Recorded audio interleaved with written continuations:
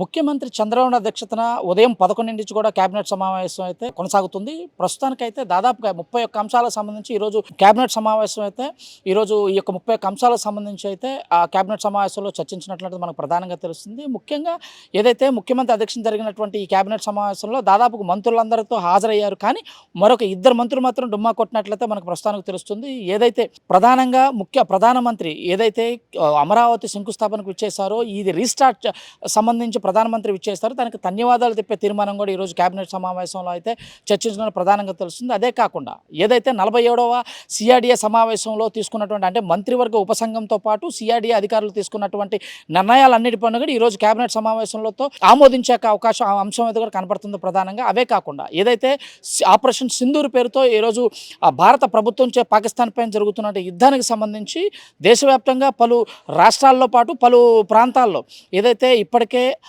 సమస్యాత్మక ప్రాంతాలు ఏదైతే ఉన్నాయో వాటిని అయితే గుర్తించడం జరిగింది. దాంతోపాటు కొన్ని ఇండస్ట్రియల్కి సంబంధించి సమస్యాత్మక ప్రాంతాలు ఏదైతే ఉన్నాయో వాటిపైన నిఘా భద్రతా ఏర్పాట్లతో పరిశీలించాలని కూడా ముఖ్యమంత్రుల అందరికీ కూడా కేంద్ర ప్రభుత్వం ఇప్పటికే ఆదేశాలు జారీ చేసిన నేపథ్యంలో దీనికి సంబంధించి ఆంధ్రప్రదేశ్లో ఉన్నటువంటి తీర ప్రాంతాలకు సంబంధించి గస్తీని పెంచే విధానంతో పాటు ప్రధానంగా వాటికి సంబంధించిన భద్రతా ఏర్పాట్లో కూడా ఇప్పటికే దానికి సంబంధించిన విధి విధానాలన్నీ కూడా ఈరోజు క్యాబినెట్లో కూడా చర్చించి దానికి సంబంధించి అంటే ప్రధానంగా తీర ప్రాంతాలైనటువంటి విశాఖపట్నంతో పాటు శ్రీకాకుళం, విజయనగరంతో పాటు మచిలీపట్నం ఇలాగా ఏదైతే తీర ప్రాంతం ఉందో ఈ తీర ప్రాంతంలో గస్తీని పెంచడంతో పాటు ప్రధానంగా వాటికి సంబంధించి సెక్యూరిటీని పెంచాలని కూడా ఈరోజు కేబినెట్ సమావేశంలో తీర్మానం చేయనట్లయితే మనకు అర్థమవుతుంది. అదే కాకుండా అమరావతికి సంబంధించి పలు కంపెనీలకి ఇప్పటికే ల్యాండ్ అంటే ఏదైతే ల్యాండ్ అలాట్మెంట్ ఏదైతే ఉందో ఆ ల్యాండ్ అలాట్మెంట్కి సంబంధించి దానికి సంబంధించి అంటే విధి విధానాలు ఖరారు చేస్తూ కూడా ఈరోజు కేబినెట్లో సమావేశంలో అయితే తీర్మానం చేయనట్లు మనకు ప్రధానంగా తెలుస్తుంది. ఇదే కాకుండా కొన్ని అంటే రాష్ట్రానికి సంబంధించి ఏదైతే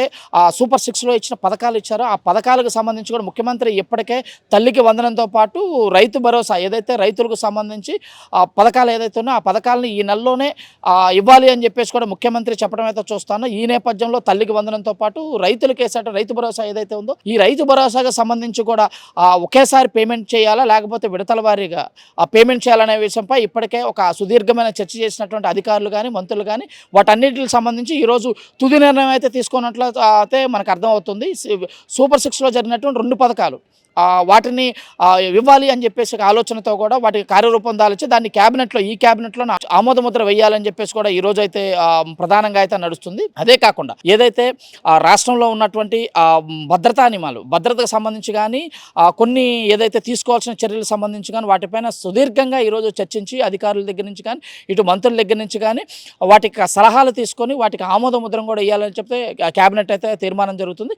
ప్రస్తుతానికైతే క్యాబినెట్ సుదీర్ఘంగా ఇంకా కొనసాగుతుంది. మరొక గంట సేపు కూడా కొనసాగుతుందని చెప్పేసి ఇప్పటికే అధికార వర్గాలు అయితే మనకి అందుతున్న సమాచారం అయితే ఇది తాజా పరిస్థితి విజయవాడ సచివాలయం నుంచి.